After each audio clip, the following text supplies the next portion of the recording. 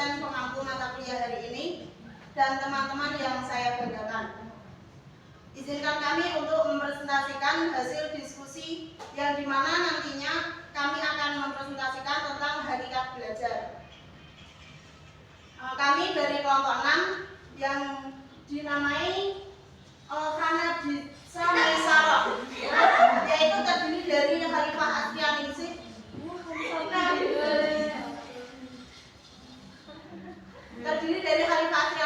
dengan NIM akhir 67 9. Terus Falisatu Nabilah dengan NIM akhir 62. Kemudian Fatimah Salwa dengan NIM akhir 67. Sania Ifadah dengan NIM akhir 74. Maira Duati dengan NIM akhir 75. Santi Subiarto dengan NIM akhir 65 dan Hanifatul Baroroh NIM akhir 64. Paparan ini akan kami bagi menjadi 3 bagian, di mana nantinya kami akan membahas mengenai pengertiannya terlebih dahulu. Kemudian dilanjutkan dengan pembahasan, yaitu ciri-ciri belajar, implementasi belajar, dan lain-lain. Dan terakhir kami bahas mengenai kesimpulan. Baik, langsung saja kita mulai dari pengertiannya terlebih dahulu.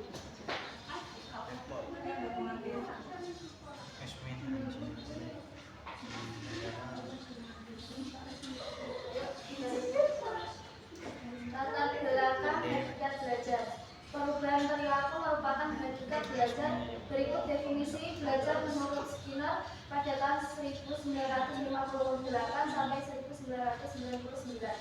Learning is process of progressive behavioral adaptation.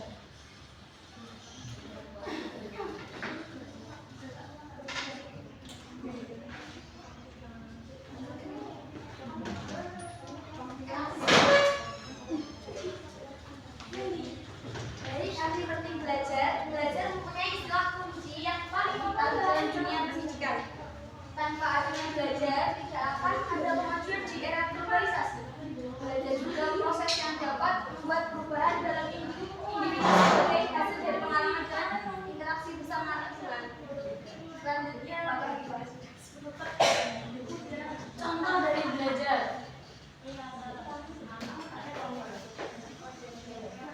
Seorang anak balita memperoleh mobil-mobilan dari ayahnya. Lalu ia mencoba mainan ini dengan cara memutar kuncinya dan meletakkan pada suatu permukaan atau dataran. Perilaku memutar dan meletakkan tersebut merupakan respons atau reaksi atas rangsangan yang timbul pada permainan tersebut. Misalnya kunci dan roda mobil-mobilan tersebut.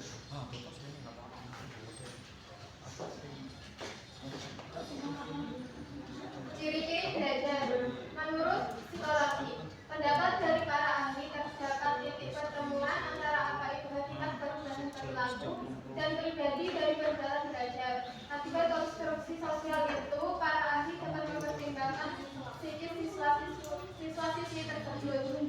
Ilmu pengetahuan yang diperoleh siswa-siswi dari proses belajar dapat mengakibatkan pada perubahan tingkah lakunya.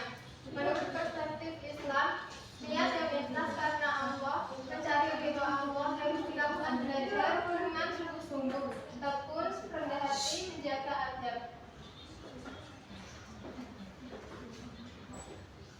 Prinsip dan implikasinya. Prinsip dan implikasi bagi siswa: 1. Mendengarkan penjelasan guru. 2. Mengerjakan tugas. 3. Aktif dalam ruangan pembelajaran. 4. Mencari sumber belajar tambahan di luar ruang kelas. Prinsip dan implikasi bagi pendidikan: 1. Menerapkan metode pembelajaran yang bervariasi. 2. Mengadakan tanya jawab dan diskusi. 3. Mendidik. Gunakanlah alat evaluasi untuk mengembangkan suatu problem. 4. Terkadang berikan reward ketika peserta didik mencapai sesuatu yang positif. Adapun tujuan belajar yaitu menurut perspektif psikolog, yang pertama ada perubahan perilaku, yang kedua adalah memperoleh pengetahuan, yang ketiga ada mengembangkan keterampilan, yang keempat ada membentuk sikap,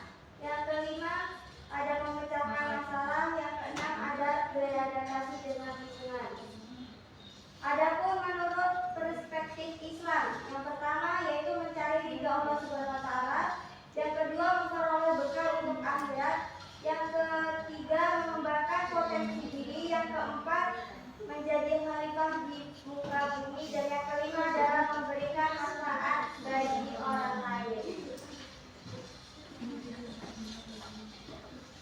Kesimpulannya, belajar adalah salah satu kegiatan dasar dan penting dalam kehidupan manusia melalui proses belajar. Belajar juga memiliki makna yang sangat mendalam dalam kehidupan manusia. Tanpa adanya belajar, tidak ada kemajuan di era globalisasi. Di dalam persaingan era globalisasi yang sangat ketat, belajar memiliki peran yang sangat penting dalam mempertahankan kehidupan manusia. Para ahli psikologi berpendapat bahwa titik pertemuan antara hakikat dan perubahan perilaku timbul dari proses belajar. Intinya belajar itu penting.